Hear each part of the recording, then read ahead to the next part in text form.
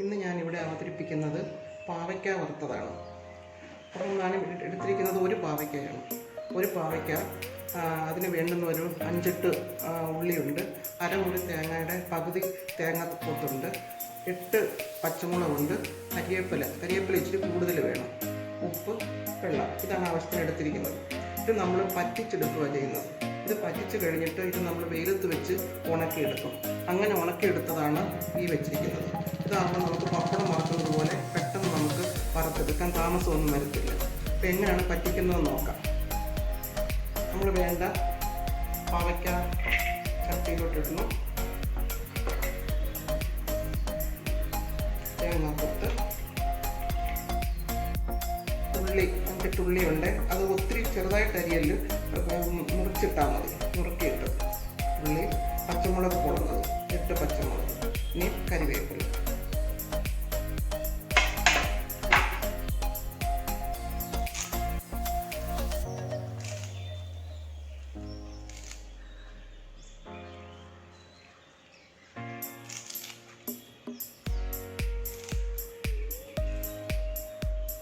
ഉപ്പ്,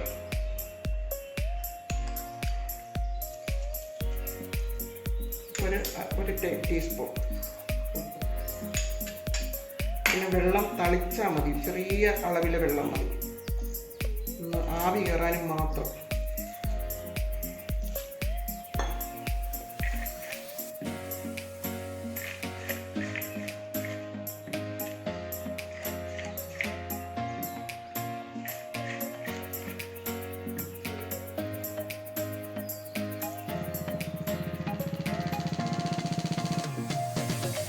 ഇനി നമുക്കിത് ആവി കയറ്റാം. ഇനി നമുക്ക് സ്റ്റൗ ഓൺ ചെയ്യാം. ചെറു തീയിലേ ഇടാവുള്ളൂ, കൂടുതലിട്ടാൽ അടിക്ക് പിടിക്കും. ചെറിയ ഫ്ലെയിമിൽ വേണം ഇത് വെക്കാൻ. ഇത് മൂടി വെച്ച് ഒന്ന് ആവി കയറണം.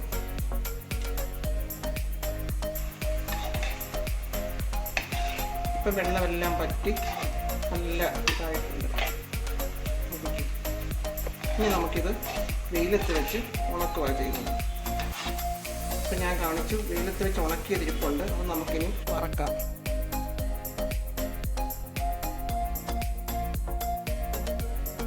വറക്കാൻ ആവശ്യത്തിനുള്ള എണ്ണ വെച്ചു. നല്ലപോലെ ചൂടാകണം. ഇനി നമ്മൾ വെയിലത്ത് വെച്ച് ഉണക്കി വെച്ച പാവയ്ക്ക നമ്മൾ ഇടുവാണ്. പപ്പടം പൊള്ളുന്ന പോലെ പെട്ടെന്ന് മൂത്ത് വരും.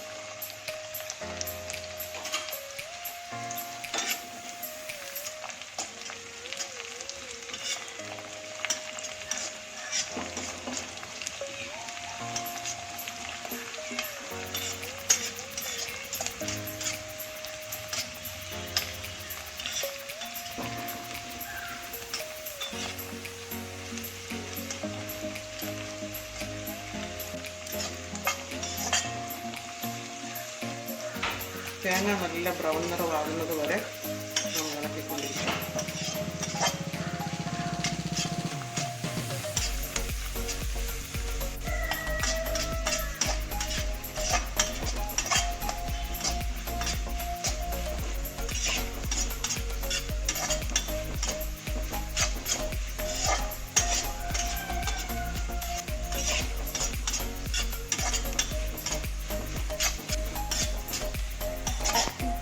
ഏകദേശം ബ്രൗൺ നിറമായിട്ടുണ്ട്. മൂത്ത് കരകര സ്വരം വരാൻ തുടങ്ങിയിട്ടുണ്ട്.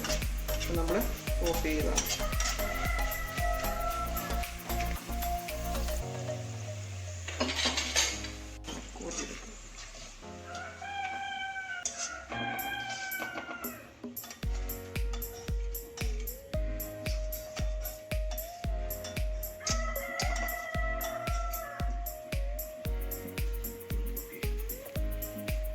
ഇനി നമുക്ക് സെർവിങ് ബൗളിലേക്ക് മാറ്റാം. നല്ല കരികരാന്നുകൊണ്ട് കണ്ടോ, നല്ലപോലെ മൂത്തിട്ടുണ്ട്.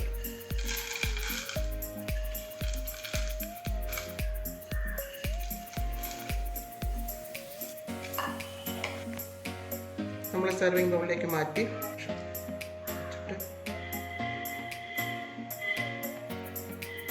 ഇത് ഉണക്കി വെച്ച് കഴിഞ്ഞാൽ എത്ര നാൾ വേണമെങ്കിലും നല്ല സീസൺ ടൈം നോക്കി നമ്മൾ വാങ്ങിച്ചതുപോലെ പറ്റിച്ച് ഉണക്കി വെച്ച് കഴിഞ്ഞാൽ ആവശ്യം പോലെ നമുക്കെടുത്ത് വറുത്ത് ഉപയോഗിക്കാം. വളരെ എളുപ്പമുള്ള കാര്യമാണ്, ടേസ്റ്റിയാണ്. മിക്കവാറും കല്യാണ സദ്യകൾക്കും വിവാഹ ചടങ്ങുകൾക്കും ഇതുപോലെ ഐറ്റമായിട്ട് വന്നിരിക്കുകയാണ്. അപ്പോൾ അതുകൊണ്ട് വളരെ ചിലവ് കുറഞ്ഞ ഒരു പച്ചക്കറിയുമാണ്. അപ്പോൾ അതുകൊണ്ട് കുട്ടികൾ വരെ കൂട്ടുന്ന ഒരു വിഭവമാണ്. എല്ലാവരും ഒന്ന് ശ്രമിച്ച് നോക്കുക.